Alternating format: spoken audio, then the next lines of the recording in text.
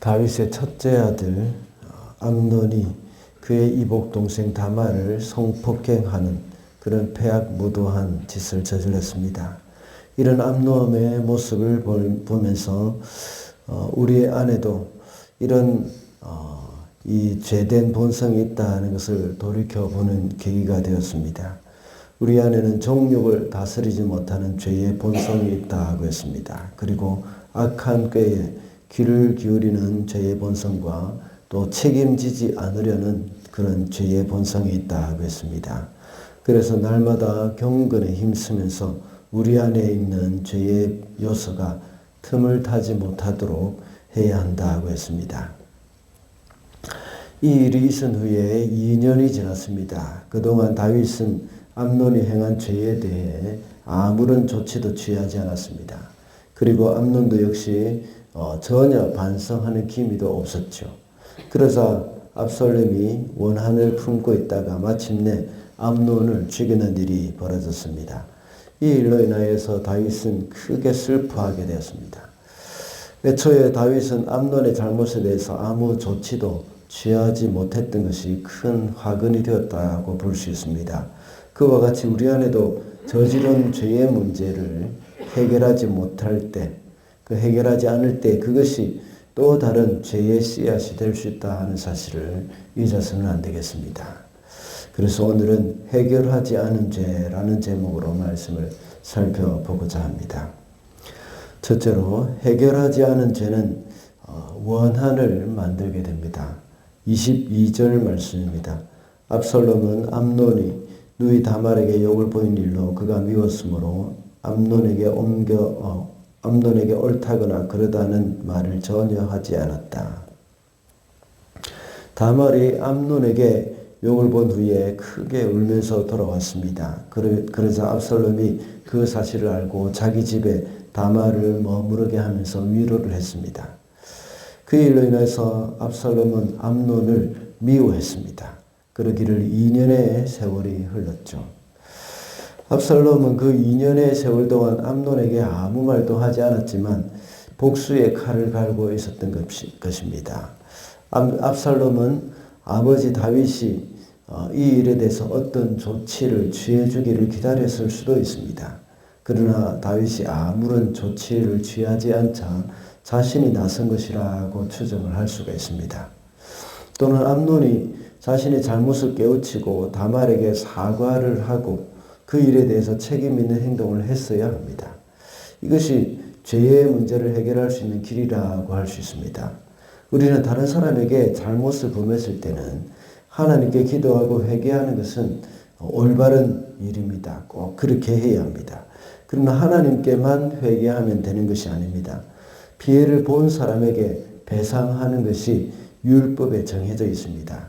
그래서 피해를 당한 사람에게 찾아가서 용서를 구하고 그 피해액을 보상해 주어야 합니다. 속건제라는 제사도 있습니다. 그것은 자신이 잘못한 일에 대해서 사죄나 보상을 하는 제사입니다. 주로 성물을 범했을 때 또는 이웃에게 악을 행하거나 이웃의 물질에 손해를 보게 한 경우에 이 사죄의 보상에 대한 그런 제사입니다. 오늘 본문에서는 암논이 그날도 이 술자리에 가서 기분 좋게 취해 있었습니다. 이것을 볼 때 암논은 과거에 다말을 범한 것에 대해서 전혀 괴로워하지 않았고 죄책감도 가지지 않았다는 것을 짐작할 수 있습니다. 이렇게 해결하지 않은 죄는 원한을 만들게 된다는 것입니다. 제가 자주 말씀을 드렸지만 우리가 형제에게 원망 들을 만한 일이 있는 줄로 생각하면 재물을 그 제단 앞에 두고 형제와 먼저 화해를 하고 하나님 앞에 재물을 드리라는 그런 예수님의 말씀이 있었습니다. 그만큼 우리 속에 지은 죄에 대해서 그것을 해결하는 것이 중요하다는 것을 말씀하고 있는 것이죠. 우리는 하나님께 대해서 저지른 종교적인 죄뿐만 아니라 형제들에게 대한 죄도 역시 민감하게 생각을 하고 그것을 해결하고 관계를 풀어가는 것이 중요하다는 것을 명심을 해야 하겠습니다. 둘째로 해결하지 않은 죄는 사망에 이르게 합니다. 28절 말씀입니다. 압살롬은 자기의 부하들에게 명령을 내렸다. 암논이 술을 마시고 기분이 좋아질 때를 잘 지켜보아라. 그러다가 내가 너희에게 암논을 쳐 죽이라고 하면 너희는 겁내지 말고 그를 죽여라. 내가 너희에게 직접 명령한 것이니 책임은 내가 진다. 다만 너희는 용감하게 주저하지 말고 해치워라. 이 말씀은 압살롬이 그의 부하들에게 명령한 내용입니다. 그리고 29절에 보면 마침내 압살롬의 부하들이 압살롬의 명령을 따라서 하라는 그대로 암논에게 하였다라고 나와 있습니다. 그리고 다른 형제들은 모두가 다 나귀를 타고 도망가 버렸습니다. 암논은 술에 취해서 인사불성이 되어 있을 때에 압살롬의 부하들에 의해서 죽임을 당하게 된 것입니다. 암논이 만약 제정신을 차리고 있었더라면 이런 위기 상황을 피할 수도 있었을지도 모릅니다. 그러나 이런 비극은 압살롬이 술에 취해 있었기 때문이 아니었습니다. 그는 2년 전에 다말에게 해서는 안 될 그런 일을 했던 것에 대한 결과였죠. 2년이 지나도록 전혀 자신이 저지른 잘못에 대해서 회개도 하지 않았고 해결하고자 하는 마음조차 없었던 그런 완고함 때문입니다. 암논은 자신이 지은 죄를 해결하지 않았을 때에 결국 그 죄는 자신을 죽음에 이르게 했던 것입니다. 그렇다고 해서 압살롬이 행한 일이 정당한 것은 아닙니다. 그는 암논을 용서하고 그에 대한 심판은 하나님께 맡겼어야 합니다. 원수 갚는 것이 내게 있으니 내가 갚겠다고 하나님께서 말씀하셨기 때문이죠. 어찌되었든 간에 이런 비극은 바로 암논의 해결하지 않은 죄 때문입니다. 우리는 죄를 해결하지 않고 품고는 살 수 없습니다.